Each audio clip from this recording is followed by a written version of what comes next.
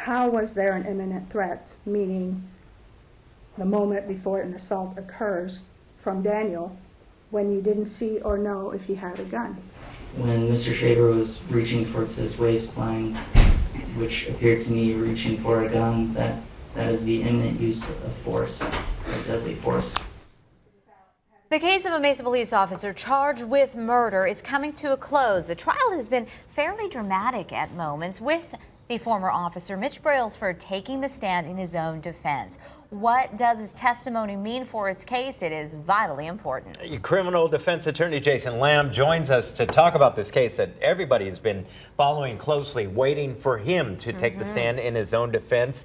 What do you think? You saw it play out. Well, we knew this was coming. We knew that Mitch Brailsford was going to take the stand because under Arizona law, the defense has the obligation to generate some evidence that the defendant acted in self-defense, at least if the jury is going to be instructed on the issue.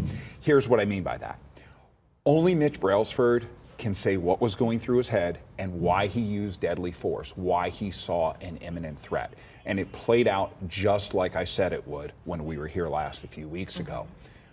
But I got to tell you something. When I saw that cross-examination yesterday, I was a little surprised, because I think the prosecutor is almost starting to throw in the towel, because there's something called lesser included offenses. And let me explain to you what that means.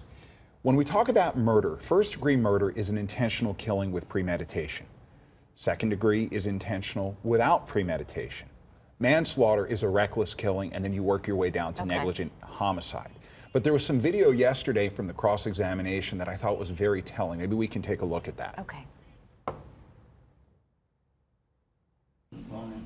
So at that moment, you did want to shoot him, correct? No, ma'am. All right, so you were just being reckless when you shot him? No, certainly not. Were you being careless? No, ma'am. Was it an accident? No, ma'am. So you wanted to shoot him and you shot him? No, I did not want to shoot him, ma'am. All right, well, if it wasn't an accident and it wasn't carelessness and it wasn't recklessness, then you intended to shoot him, correct? I was doing what I needed to do to protect my fellow men and the woman that we had just taken into custody. I see what you're saying, and that's less of a cross and more of helping him explain Olivia, what was happening for him at that moment. What I actually just saw, and maybe you and maybe people at home saw it too, was actually a Hail Mary in cross-examination. What the prosecutor did, she went through the different mental states for second-degree murder, for manslaughter, and then for negligent homicide. And why would a prosecutor go for these lesser offenses if you don't have faith in your main charge, second-degree murder?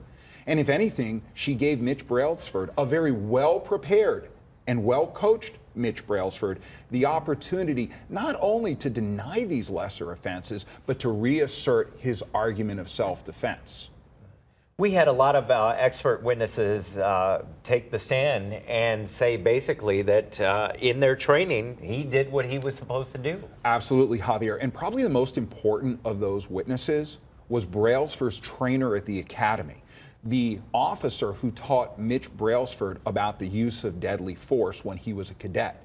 And that Mesa police officer said that he reviewed everything, the body camera video, and that Brailsford acted correctly. He acted according to his training, and that he would have done the same thing. So what does that all mean? If the prosecution is going to challenge what Brailsford did in a split-second decision, it's an indictment on the entire police department, and that doesn't sit well with jurors. Yeah, it's a dangerous formula for officers who are out there doing their jobs because of that. You know, I mean, hindsight is a luxury that they don't have, these split-second decisions. And as we look at the body camera video, and Judge Foster has already said this video is not going to come out until after an acquittal or a sentencing. So we're going to get a chance to look at it eventually. But frame by frame, as folks saw in the courtroom, Brailsford had, like you said, a split second, about 0.7 of a second to be precise, from the time that he took the safety off till he fired the shot. And to second guess such a short period of time is nearly impossible. And at the end of the day, the experts don't matter, the other officers don't matter. It's what was the perspective of Mitch Brailsford. And I said it before, and I'm going to say it again.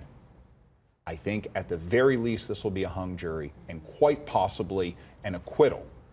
on the murder charge. Interesting indeed, considering that he said himself he Yeah. would do it again if put in that position. We'll leave it there, Jason, but you're going to stick around for the 8 o'clock hour because we got to talk about this charge we got with Michael a Flynn. lot of stuff coming out of So Washington. thank you. I'll stick around. Yeah, a very unique Friday around here. Let's check in